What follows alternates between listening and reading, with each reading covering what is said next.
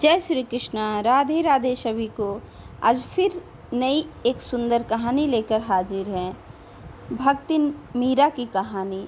मनुष्य प्राय अपने ही मन के पाप को दूसरे पर आरोप किया करता है।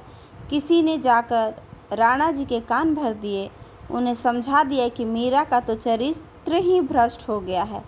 दिन भर मीरा विरहनी की तरह रोया करती है और रात को आधी रात के समय उसके महल से किसी दूसरे पुरुष की आवाज़ सुनाई देती है। ऐसा राणा जी का कान भरकर दूसरे किसी ने उन्हें चिंतित कर दिया। राणा को यह बात सुनकर बड़ा ही क्रोध हुआ। उसी दिन रात को वह आधी रात के समय नंगी तलवार हाथ में लेकर मीरा के महल में गए।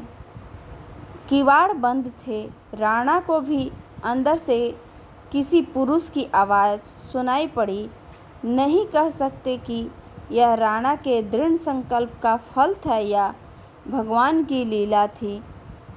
राणा ने अकस्मात किवाड़ खुलवाए। देखते हैं तो मीरा प्रेम समाधि में बैठी है, दूसरा कोई नहीं है। राणा ने मीरा को चेत कराकर पूछा कि बताओ, तुम्हारे पास दूसरा कौन था? मीरा ने झट से जवाब दिया, मेरे छैल छबीले गिरधर लाल जी के सिवा और कौन हो सकता है? जगत में दूसरा कोई हो तो आवे। राणा इन वचनों का मर्म समझ गए। उन्होंने बड़ी सावधानी से सारे महल में मीराबाई की खोज की, परंतु कहीं कोई नहीं दिखा पड़ा। तब लज्जित होकर लौट गए। एक दिन एक भंड साधु ने आकर मीरा से कहा कि मुझे गिरधर लाल जी ने तुम्हारे पास भेजा है और तुम्हें मेरे साथ अंग संग के लिए आज्ञा दी है। मीरा ने कहा, अच्छी बात है, पहले आप भोजन कर लीजिए। ऐसा मीरा ने उस साधु को बोला। मीरा ने आदरपूर्वक उसे भोजन कराया और फिर साधुओं की मंडली में पलंग बिछाकर बोली कि महाराज आइए। दुरात्मा ने चुपके से मीरा के पास आकर कहा कि स्त्री पुरुष का संग कहीं यो तो इतने लोगों के सामने होता है। मीरा ने कहा, महाराज, ऐसा कौन सा एकांत स्थल है जहाँ मेरे गिरधर लाल जी नहीं हैं और नहीं विराजते हैं? मैं तो जहाँ देखती हूँ वहीं खड़े दिखते हैं। ऐसा सुनकर फिर इस शरीर में तो अनेक देवताओं का निवास है। चंद्र, सूर्य, तारागण हमारे संपूर्ण कर्मों की साक्षी हैं। यमराज के दूत तो हिसाब ठीक रखने के लिए सदा ही घूमते रहते हैं।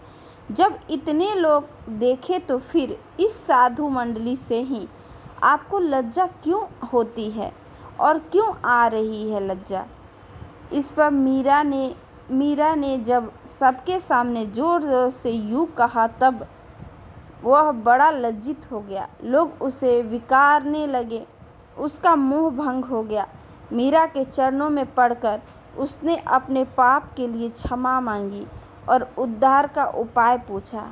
मीरा ने बड़े प्रेम से कहा, ठीक है, राम राम रस पियो मनुआ, राम राम रस पीजे।